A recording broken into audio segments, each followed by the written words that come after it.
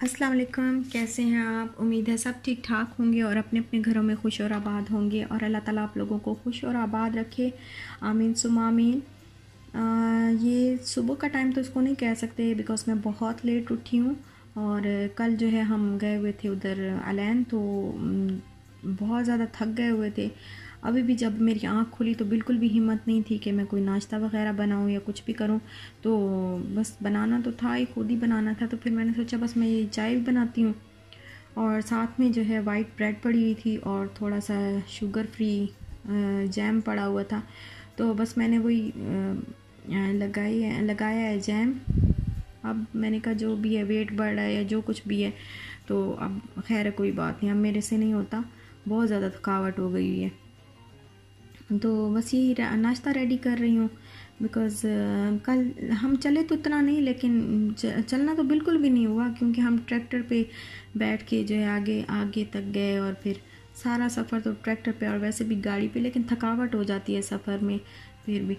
और ये साथ में रात को जब जब हम वापस आए तो बिरयानी लेके आए थे, तो वो थोड़ी सी पड़ी हुई थी तो वो मैंने गरम की है, इशाल को भी थोड़ी सी दी है और ख़ुद भी खा रही हूँ।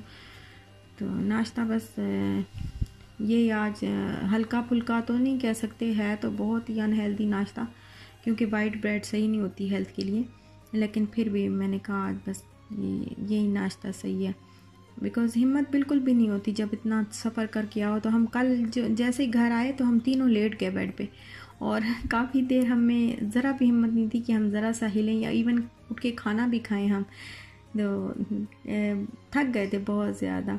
अच्छा, यहाँ पे ना मैंने आपसे एक बात पूछनी है कि जब मैं पहली दफ़ा दुबई आई थी तो मैं रेजिडेंस वीज़ा पे नहीं आई थी, मैं विज़िट वीज़ा पे आई थी और जॉब सर्च करने आई थी। तो क्या आप लोग चाहते हैं कि मैं वो स्टोरी आपके साथ शेयर करूं?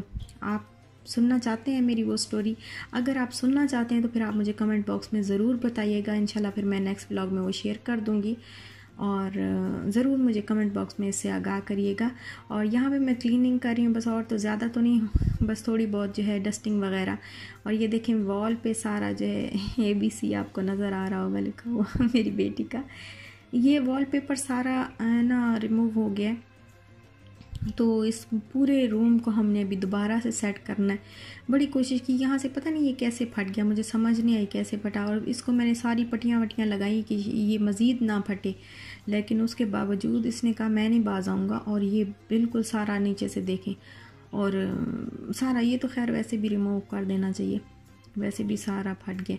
और ये मैं सोच रही हूँ कि यहाँ से कटर लेके ना, तो यहाँ से लेके ये ऐसे यहाँ तक जो है ये इसको मैं कट कर लूँगी और फिर अच्छी तरह ग्लू लगा के तो इसको स्टिक कर दूँगी, तो तब शायद ये इसी में कुछ इसमें बचत हो जाए।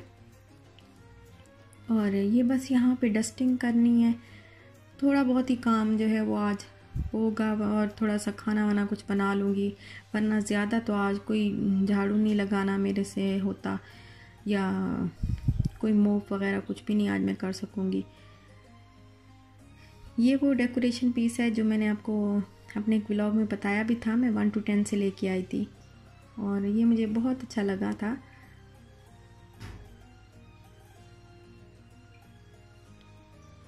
और ये हमारी ज़बान में तो इसको गल्ला कहते हैं और मैंने इसमें कुछ भी नहीं डाला, खैर मैंने इसको डेकोरेशन पीस ही बना के रखा हुआ है क्योंकि इसमें अगर मैं पैसे डाल दूँगी तो फिर ज़ाहिर है तोड़ना पड़ेगा और मैं तोड़ना इसको बिल्कुल भी नहीं चाहती, तो मैंने इसमें कुछ भी नहीं डाला हुआ। ये मैंने अपने जहेज़ में लेके रखे थे और जब मैं पाकिस्तान गई थी तो फिर मैं ये ले आई, मैंने कहा चलो मेरे पास जगह है तो मैं इसको जो है डेकोरेशन पीस बना के तो वहाँ रख दूँगी। और इसको मैंने तोड़ने के लिए बिल्कुल भी नहीं लिया था, एक जो है वो टूट गया था इशाल से, लेकिन एक बड़ा था, ये छोटा है, एक टूट गया था, लेकिन ये जो है अभी तक सही सलामत है, पता नहीं कब तक, लेकिन चलो जब तक भी है तो अच्छा है। और ये मदीना पाक की पिक्चर है, इसको मैंने सबसे ऊपर रखा हुआ है, सबसे ऊपर अकीदतन मैंने इसको रखा हुआ है। और इशाल की ये कार जो अब चलती नहीं है लेकिन इसको बड़ी पसंद है, तो इसने खुद अपना जो इधर सजा के रखी हुई थी। ये जो है हमने ये वायर्स वगैरह सारी ये फ़िक्स करवानी है और रूम का बिल्कुल, और रूम का ही ज़्यादातर काम रहता है, बेडरूम का, तो ये फ़िक्स करवानी है सारी, हमने सोचा हुआ है कि करवाएंगे। पता नहीं कब करवाएंगे। और यहाँ पे बना रही हूँ मैं लस्सी। आज जो है बहुत मूड हो रहा था कि ठंडी ठंडी लस्सी पी जाए, तो योगर्ट पड़ी हुई थी तो मैंने कहा चलो मैं लस्सी बना लेती हूँ। और जैसे ही लस्सी का मुझे ख्याल आया तो उसके साथ जुड़ी हुई बहुत सारी यादें मेरे जहन में जो है वो जो नक्श थी पहले से और दोबारा से ताज़ा हो गई। क्योंकि जब मैंने बीए किया था तो बीए के बाद मुझे बैंक में जॉब करने का चांस मिला था।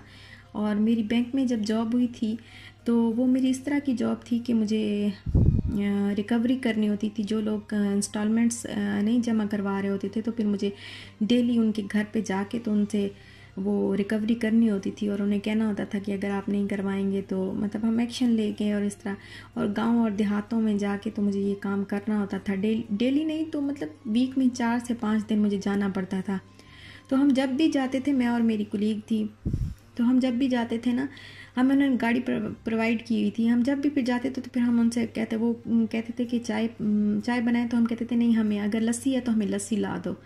तो अगर लस्सी नहीं भी होती थी ना तो वो फिर रेडी करके हमारे लिए लेके आते थे। और आप यकीन करें, अगर हमें घंटा भी बैठना पड़ता था ना तो हम आराम से बैठते थे कि हमने लस्सी पी के जानी है। और उसके बाद हम लस्सी के इतने एडिक्टेड हो गए थे कि इवन छुट्टी वाले दिन भी हम घर पे लस्सी बना के पीते थे। गुजारा नहीं होता था, क्योंकि एक दिन लस्सी ना मिलती तो फिर हमें मतलब लगता ही नहीं था, पता नहीं हमारा दिन शुरू हुआ है कि नहीं हुआ, इस तरह होता था। तो इतनी ज़्यादा लस्सी की जो है हमें आदत हो गई थी। फिर बैंक की जॉब छूट गई तो उसके बाद पता नहीं बस आहिस्ता आहिस्ता जो है फिर शादी तय हो गई थी कि शादी करनी है। तो फिर शादी के उस टाइम पे फिर मैंने जॉब जो है वो छोड़ दी थी, क्योंकि फिर पॉसिबल नहीं था, ज़ाहिर है मैंने लाहौर आना था। तो फिर मैंने बैंक की जॉब छोड़ दी थी। लेकिन वो बड़े अच्छे ज़माने थे। बड़ा दिल जो है ना, जब भी मैं याद करती हूँ ना वो दिन, बड़ा दिल खुश भी हो जाता है और उदास भी हो जाता है कि बहुत अच्छे दिन थे वो। बहरहाल इंसान के साथ जो है वो कितनी यादें होती हैं, कितने वाक़यात होते हैं। और यहाँ पे मैं बना रही हूँ नमक पारे। लास्ट टाइम मैंने अपने एक ब्लॉग में शेयर किए थे कि मैं थोड़ा सा जब आटा जो है वो बच गई थी डो, तो फिर मैंने जो है उसके नमक पारे बना लिए थे। तो मेरी एक सिस्टर ने बोला था कि आपने इसको शेप कैसे दी नमक पारों की, तो वो उनको बताना था।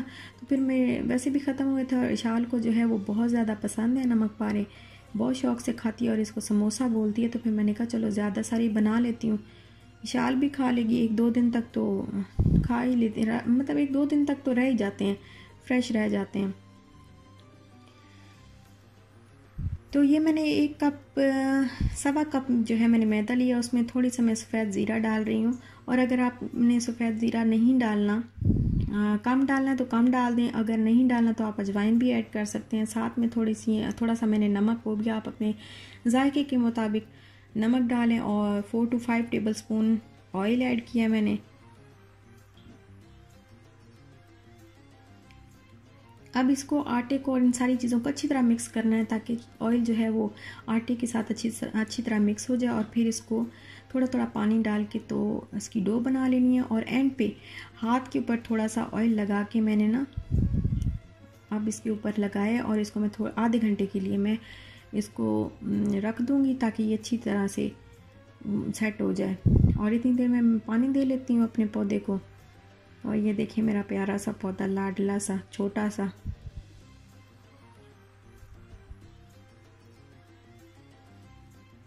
और अभी जो है आधा घंटा हो गया। अभी मैं थोड़ा सा इसको मज़ीद जो है वो नीट करूँगी और फिर इसको 3 हिस्सों में, 3 या 4 जितने भी आपने पेड़े बनाने हों उतने हिस्सों में आप इसको डिवाइड कर लें। थोड़ी सी देर के लिए मैं इसको नीट करूँगी इस तरह, और फिर मैं इसको डिवाइड करके तो 15 मिनट और रख दूँगी। 15 मिनट के बाद मैंने ये देखा है तो जो डो है वो अच्छी तरह से रेडी हो चुकी है। और अब मैं इसके बस पेड़े बना लूँगी और इसको बेल लूँगी।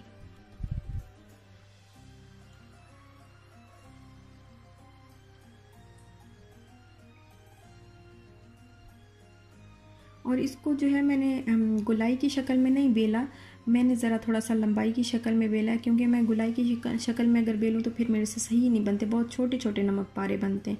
अब ये मेरे पास पिज़्ज़ा कटर है, आप इसको नाइफ़ से भी कर सकती हैं अगर आपके पास ये नहीं है तो। तो आप इस तरह पहले इस तरह लाइंस लगाएं एक, और फिर ये ऐसे करके लाइंस लगाएंगी तो ये देखें शेप जो है वो ये रेडी हो गया है। ये देखें, अब मैं इसको बस फ्राई कर लूँगी।